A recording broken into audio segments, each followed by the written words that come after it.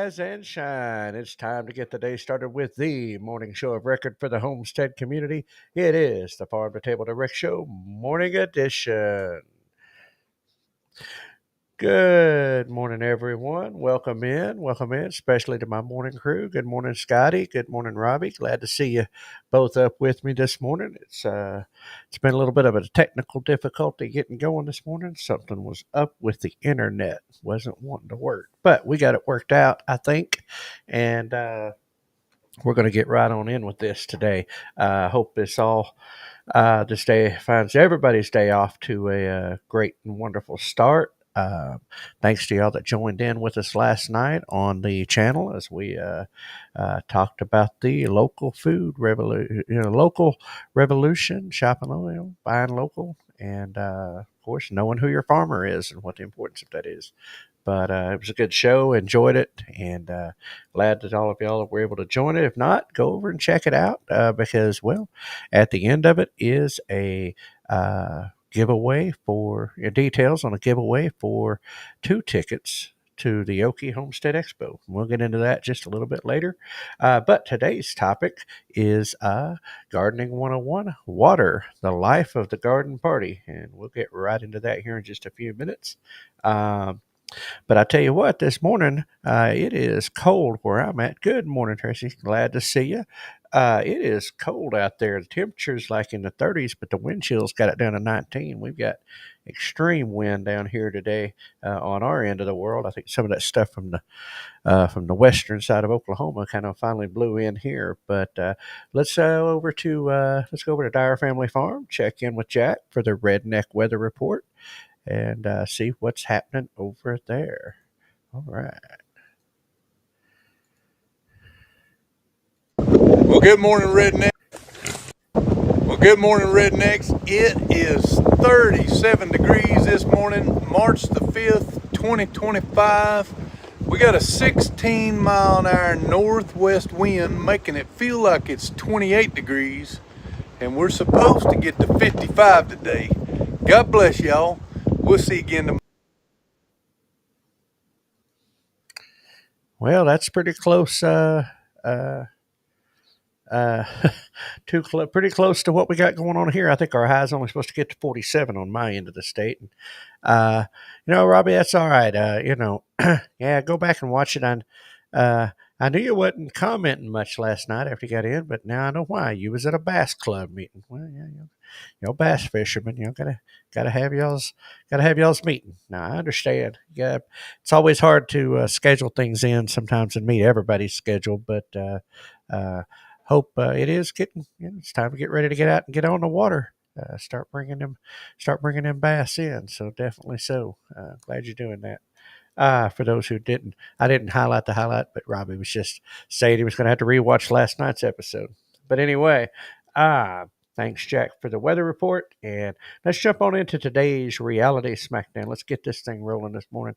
U.S. Supreme Court appears likely to block Mexican lawsuit against gun manufacturers. Well, gee, good. Measles case in Texas rises to 159, state health department says. That's an interesting little story going on down there. I think it's out in West Texas, but seems to be some little group out there that's, I guess, maybe they don't do the vaccines, religious type thing. I don't know. We'll see. But we don't need a measles outbreak going. I mean, that's 159 people's too many. But anyway, Robbie says it is 47 feels like 41, getting to 56. Well, that's one thing I can see why you moved down there, Robbie. It's always just a little bit, it seems like you're a little warmer than the rest of us, but a little further south. But anyway, back to the thing. U.S. Education Secretary Linda McMahon says she is on a final mission to end the bureaucracy. And it seems like that's the direction that Trump and them are heading, as they've offered $25,000 buyouts to people who leave at the end of the month. So I don't know. For those who might have seen it last night or might not, President Trump addressed a joint session of Congress last night. That got heated at times. One senator, congressman, whatever, was removed after outbursts. It was kind of crazy, but he laid down some good stuff. Let's see. Of course, Ukraine has apologized and said that it was regrettable last week and pledged to sign a deal. So they're back to the table begging. So we'll see what happens there. And Chinese Communist Party, two Hong Kong-owned port operations have sold out their docks at the Panama Canal, which sounds good on the surface. I'm not so sure because it's been sold to a BlackRock-led consortium. There's old BlackRock again, getting in the middle of everything. And finally, the Social Security Administration estimates it's on course to save $800 million in 2025 fiscal year. Bulk of the savings coming from payroll reductions. So people who got all them agents who got fired. That's what that tells me. So that's what's going on in the world today. Good morning, Joy Bartlett. Glad to see you in with us this morning. Hope you all are again doing well. Let's jump into this day in history. 1770, the Boston Massacre incident on King Street. British soldiers kill 5 men in a crowd, throwing snowballs, stones, and sticks at them. Massacre galvanizes the anti-British feelings. Yes, I'm sure it did. 1836, on this day, Samuel Colt Patent Arms Manufacturing Company manufactures the first pistol, 36 caliber Texas model in Patterson, New Jersey. 1872, American engineer George Westinghouse patents triple air brake for trains. Kind of a big deal there. Big deal. Helped a more train stop. 1904, Nikola Tesla describes the process of the ball lightning formation in Electrical World and Engineer publication. 1946, Winston Churchill's Iron Curtain speech in Fulton, Missouri, popularizes the term and draws attention to the division of Europe. Absolutely. 1955, Elvis Presley makes his first TV appearance on a local video broadcast of the popular radio program Louisiana Hayride from the Shreveport Municipal Auditorium, Shreveport, Louisiana. And speaking of Elvis Presley, just 2 years later, he ends his hitch in the U.S. Army. Sergeant Presley. Anyway, staying in the musical theme, 1971, Stairway to Heaven by Led Zeppelin, first played live at Ulster Hall in Belfast, Ireland by Robert Plant, Jimmy Page, John Bonham, and John Paul Jones. Interesting. 1985, here's the one. This is right in our alley. 1985, about 700 grain farmers from America's Midwest rally in Washington, D.C. at the Agriculture Department to march to the White House, demanding higher guaranteed prices for their products in pending farm legislation. And here we are, still going at it 40 years later. All about them farm bills. 1991, Iraq repealed its annexation of Kuwait. Well, you think they just got their butts kicked in front of the world. Yeah, but they did repeal their annexation because they got booted out. Anyway, 1994, largest milkshake made. Our ice cream Sunday social, largest milkshake made, 1,955 gallons of chocolate in Nelspruit, South Africa. Wow, that's a whole lot of ice cream. 2013, Venezuelan Vice President Nicolas Maduro assumes the presidency after the death of Hugo Chavez. And anyway, it's been bad ever since. 2019, Bugatti announces the most expensive new car ever made. And I'm going to mess this name up. The Lavator Noir, costing an estimated 16.7 million euro, almost $19 million. Only one will be made. You think? That's crazy. Anyway, that is this day in history. Quite interesting, some of that stuff. Kind of you find out there in the old history thing. But anyway, we are going to get into the topic of the day today. We're going to jump right on in there, which is Gardening 101, Water, the Life of the Garden Party. Uh, yesterday, yesterday we discussed the initial steps of planning and preparation for your garden. And I realize that many on this show are probably closer to expert gardeners than I am, or that some others. But we're going to kind of study some of these basics, and sure hope y'all chime in and share thoughts with some of your experiences in this same thing. But anyway, today we're going to discuss water, high quality H2O There are many mistakes one can make in gardening, but almost without question, and I can validate this, the number one is watering. Overwatering, underwatering, or bad water. Um, Water is the key to life. You need it, your animals or livestock need it, and your garden and your vegetables and plants need it. The average human can survive up to 10 days without food, but only 3 days without water. So, therefore, correct water of your garden brings life to you and, of course, your family. Now, I open this up with the old high quality H2O, and many of you may have watched or remember the movie Waterboy. Not going to get into the details of that movie, as funny as it was. However, the main character's obsession with clean, high quality H2O, high quality water, is something we should all seek after. Water can come from several sources for your garden and even your home. So we're going to dig into those. We're going to focus on about four basically right here. And number one, tap, i.e., rural water. Or number two, well or spring. Three, a rainwater catchment system. And four, ponds, rivers, and streams. All sources of water that exist that we have access to, or most of us do. So each of these presents its own unique set of challenges and rewards. So let's take a look at each of these four possible water sources. And first, we'll start with the tap, i.e., the rural or city water. This source is probably the most common, as many of us either live in town or in a community that has a rural water system. Uh, what this offers, of course, is convenience, but it comes at a price, both financially and possibly even with our health. Um, as has been discussed by many other channels, and I believe we've even discussed it some in our shows here on the Farm2Table Direct Show.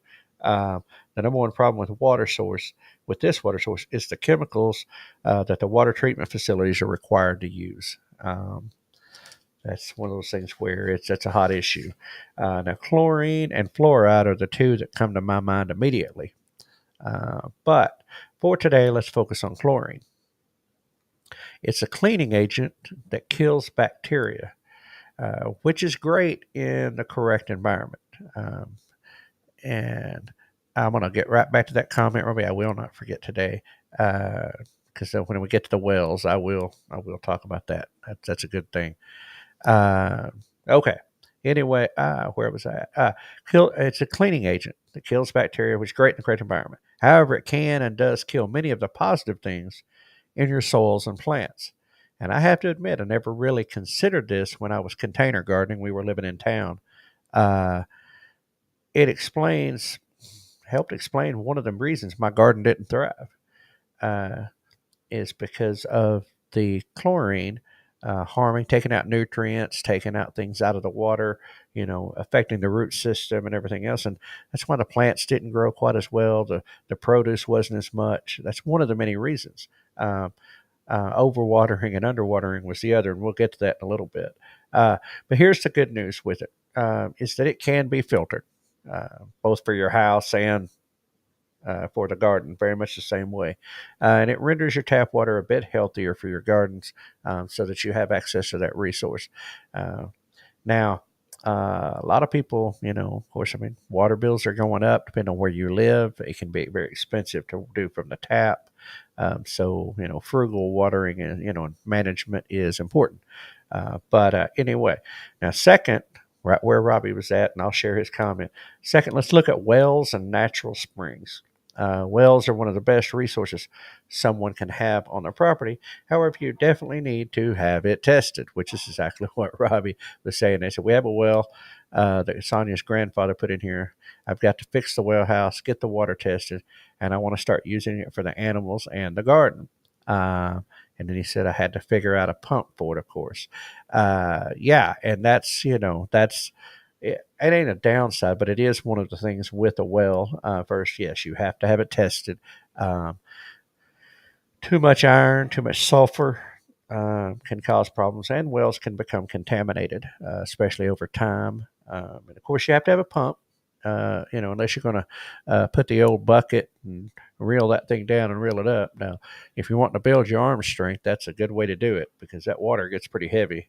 And depending on the depth of the well, has a lot to do with that too. Because I've got two well heads on my property. I have not taken the time to measure them down and get tested. One's outfitted. I've just never hooked it up, but it was in service at one time. And I've told it's good water up here. Now that's from neighbors and stuff who have wells, and they say it's really good water, but it's deep. Um, that presents its own set of challenges with a well. And not everybody has a vein where they can get to a well, but like tap water, it needs to be monitored and maybe filtered. Um, Now, natural springs are an awesome water supply, but let's be honest, most of us don't have access to fresh spring water on our property. And if you do, you're highly blessed and favored. But yeah, I've got two wells. And Robbie, I kind of had the same mindset. I wanted to get the wells in service to water the garden and any animals that we may get in the future. Um, Same reason, save on my water bill and, let's just use it there. Um, Now that's so again, a well is that's a blessing. It's just it's got things you got to deal with as well. Uh, uh, and Robbie says, "Let's see, here we go. Oh, what wrong one? Uh, so I've looked at electric pumps versus manual. Manual is much cheaper. Absolutely, it is, but much more work, of course. Yes, and that's true. I will. I know my brother-in-law and sister had wells for years, and uh, you know, submersible pump, um, you know, for the depth and everything, depending on how far down it is, depending on how horsepower you need that pump to be. But yeah, it is, and with the holding tank, the pressure tank, and all the works, it can be a little bit pricey to get one in. But once you get it in, take care of it, um, it's a good thing. But now, I've been told for a well that's been active for a long time and you're not really sure what all's down in there, to dump like a gallon of chlorine or bleach, rather, down the old pipe and then hit your pump in there and pump it out until it's clean and clear. Um, that's what I've been told. I don't know if it's accurate or not. But anyway, let's move right along. Third, and this is, this one's another one where it's like, man, if you can do it, great. And that is rainwater catchment system, because that's honestly got to be the cat's meow of water options for a garden. Uh, Nature's Way is the best as far as rainwater. One, it's free. It literally falls from the sky. And if you consider the cost of water in some places, it could be like bags of cash falling from the sky for the one who can capture it. Okay. Uh, Now, two, it comes with all the wonderful things your garden needs from water. So it's free, and it has everything that your garden needs. Look at how green everything gets after a good rain, folks. I mean, really, it has I think it's nitrites is the way that's pronounced. Anyway, that plants need. I mean, it is the best water. It comes with those things in it. Now, if you live in an urban area, city area where they're heavy industrial, heavy manufacturing, rainwater might have a problem, but, anyway. But however, this does require proper planning and spending a little bit of your hard earned money, time, and labor. I would say that see our interview. We did an interview last year with Lorraine Shehawk on rainwater catchment. She is uh, uh, Scotty, you are so funny. Uh, and I'll share that in a minute so everybody else can laugh. Um, but I believe it's worth the money, and it puts an awesome tool in your toolbox because it is the best water. Now, I was watching some videos yesterday about rainwater, and just kind of how things you had to do with the system, things that are important. And Lorraine talks about that, and there's others out there as well. But uh, it is, once you get the system in place. Like say you've got of course, metal roof, whatever, you got a roof to catch it off of. The guy that I was watching had 1,000 square foot of roof, and that was produced 2 inches of rain would produce like 700 or 800 gallons of water. So I mean that's crazy amount of water. Uh, that we waste. Now, I'm going to share this just because it's funny and we all can laugh this morning. Scotty said, in Arnold Schwarzenegger voice, but manual will pump you up. And then, of course, Robbie laughed at that. That was a good one, Scotty, and it was. And uh, Robbie said he'd like to do rainwater catchment, best water for gardens. Yes, it is.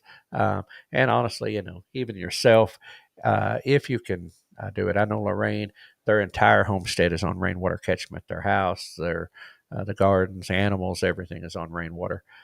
So there are those who go all in, and because of the expense of getting water rurally or wells, that type of thing. But anyway, we need to move right along. Fourth, ponds, streams, and rivers.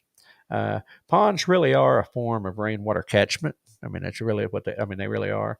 But caution though, because unless you have a stream or other flowing water source feeding it, what you essentially have is stagnant water, which is a source of potential problems, parasites and things of that nature. Same thing with the rainwater catchment system. You got to have it sealed up, or you got to have a way to get it out of there with rainwater catchment, because mosquitoes, the number one killer of mankind in the animal kingdom, insect kingdom, um, carries all kinds of stuff, all kinds of diseases linked to it. So you really got to have screens to keep them from getting in there, and that type of thing, and filter systems. But ponds, you have a couple of different ways to take care of that. And I have a pond, and it will be the last resort for a water source. But some ways to help it are, one, of course, adding fish, the correct fish, and then two, and help build a healthy pond life. Um, and by that, having things in the pond, the right fish and other things. Because if your pond's doing well, then life breeds in the pond, and it does better overall health of the pond. Um, and so that's important. And two, you can add an aerator to circulate the water and help build the O2 or oxygen levels, which will help the fish as well, by the way, because they need that. Now, number three, filter any water coming from there. Uh, any water that comes out of there is going to need to be filtered because of mud, debris, just things that gather in a pond.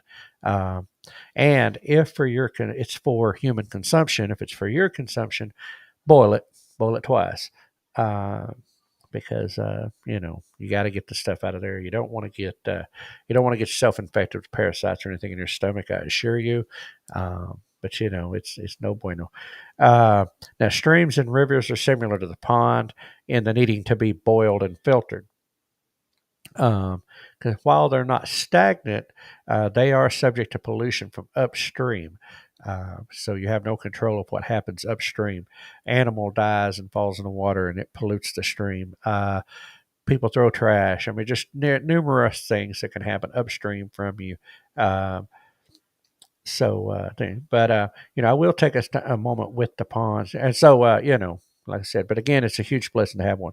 I'm going to back up on the ponds. And I watched the documentary on Joel Salatin's place, and now they've got several hundred acres, and it's high elevation. They've got elevation mountainsides, but they went up in there and were able to build ponds at different places throughout the property up to higher elevations, and capture the groundwater in these ponds. Now, when they built, they installed piping that brought it down the side of the hills, and it, collecting down, right? And when it gets to the bottom, it is operating at some serious, serious water pressure. And I forget how many psi he said, but it was a lot, and for that type of water. So they have water, all over because of a lot of hard work, but capturing rainwater. So they're able to water their crops and livestock, et cetera, everything, essentially for no water bill every month. Now, with rainwater catchment, you got to say two things. Well, you've got to elevation so that you can have water pressure, or you're going to have to install a pump, very similar to a well situation where it's got to pressurize. So, two things to keep in mind. So anyway, very briefly and very quickly this morning, we have covered water sources and how you can use them safely. And I'm going to next discuss my biggest problem, overwatering and underwatering. Go through it real quick. My wife and I have struggled with this a lot in the past. And it is one of the reasons why wicking tubs intrigue me so much. It's why I'm so interested in that type of method. One, my schedule just going, but of course, with wicking tubs, the plants suck it up. They get what they need, and every plant's a little different. Whether it's corn, tomatoes, et cetera, et cetera, they have different needs: shallow root, deep root, and it's just really got to pay attention to your watering methods. But the results, excuse me, the results of water of underwatering and overwatering are essentially the same. Underwatering will dry the soil and starve the plant, which will let the leaves will droop and the plant will kind of sag. And overwatering saturates the roots and starves them out of oxygen, which will cause the leaves to droop and the plant to sag. So it looks like the same presentation, but it's from two different problems. Um, so you really have to watch the soil and monitor it. That's really the best way is keeping your finger in the soil, looking at what the plant's doing. But it is, I know that was my problem. And the extremes going from overwater to underwater, there's a shock factor. It hurts the plant. It doesn't do good and it doesn't produce well and they will die. Or just not produce. And so, really need to pay attention to the overwatering and underwatering. Um, and that's a big part of that is watching the soil and seeing what it's doing. But getting a system where you're monitoring the plants, and everything. And that's why I like wicking because the water's in there, and the plant dictates the pace of the water consumption. Now, one of the big debates and discussions a lot of people get into is what are the best times to water. Um, Now, the way I understand it is, best time to water is early in the morning, before the day, kind of early in the day, a little bit heavier saturation during that time, um, you know, so because it's got to go through the day and, as the sun comes up and those types of things. And then again, late in the afternoon or evening, but not too much then, a little bit less because you are going into the evening time. That's what I've been told. And then in the real hot times, the supplemental watering midday recommended, and that particularly during the real heat of the year. But when things are going to get hot, um, I don't know what y'all's thoughts are or how y'all water, but I know that's kind of the thing is getting it on a system. I'm a water the soil, uh, not the leaves kind of person. My wife and I have went back more than that. She tends to water from the top over the leaves. Um, I don't know. There's debates back and forth on that, but I think that's why I like the sprinkler systems and where they or the drip systems and also wicking and that type of thing because of uh, it lets the roots do their job. That's the way I see it. But anyway, so y'all's thoughts on that, if you will. But I mean, that's something to do. You definitely got to do homework, on that before you get into it. But it is the watering is crucial, super crucial. You don't want to overwater them, don't want to drown them, basically. And at the same time, you don't want to starve them with water. So there is a balance. Joy shared this comment a while ago when it comes to ponds that pest control and herbicide can get into ponds. Absolutely, yes, it can. So your neighbors, what they do, what's going on around you with your neighbors and stuff, and what you're doing on your own property can affect ponds. There's a story down in Texas right now where essentially neighbor was doing the forever chemical treatments on his large. He was a large farmer, um, and the runoff from him not doing things probably, but the runoff from that has gotten into the neighbors, his surrounding neighbors' water supply, their water table, and has destroyed their ponds, their crops. It's a terrible situation down there. Robbie, I like this. Soaker hoses are wonderful for your garden. I've not used one, but I have seen them. And that's one of those things I need to do a little more research in. But I've seen some real fancy drip systems where you got PVC pipes running with nozzles, and I've seen soaker hose type apparatus where that's going. Of course, then just the overall sprinkler systems, and that's the other thing. It's like watching how the big, even like the greenhouse and the big places where you can go buy your plants and stuff, nurseries and stuff like that, how they water and stuff, and so I don't know. There's different ways, I'm assuming, and I think it's situational. I think a person has to do the homework and research and figure out what system works best for them. Now, my wife and I both go quite a bit, and our hours and stuff that we're away from the house, leads me to the wicking system, that type of thing, where I don't have to be quite as judicious, quite as got to pay attention to the levels in the wicking tub, but making sure there's water there. But according to what my friend Andy Barnes said, once a week, most of the time. Now during the summer and extreme heat, it's pretty much daily you're checking, but rest of the time, it's a periodic check and just keep an eye on it. And so it cuts out a lot of the time required for the watering process. And that definitely gets my attention. But anyway, well, that is it. We're up against the time. We're on the clock already. We're on the overtime clock already. So we're going to move on. I appreciate the comments and the tips, and certainly, folks, leave things down in the comment section if you're watching this video later. Feel free to leave us their comments in those sections. But anyway, tip of the day today. Life is all about managing expectations. Most of it's your own. And I would say there's a lot of truth there. What do you expect? And what is it? So, the more you expect, the more difficult life can be. Anyway, that is the tip of the day. So we're going to slide right into upcoming events real quick. Today is the 5th of March. We are 15 days, 15 days in a wake up from the Okie Homestead Expo, March 21st and 22nd, Mays County Fairground, Pryor, Oklahoma.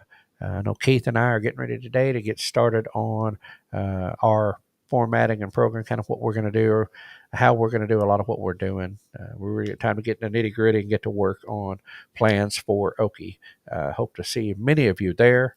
And speaking of Okie, we are giving, the Farm2Table Direct Show is giving away 2 tickets to the Okie Homestead Expo. Now, we're going to draw that this next Tuesday on the 11th. This one, we're going to do that live on our show.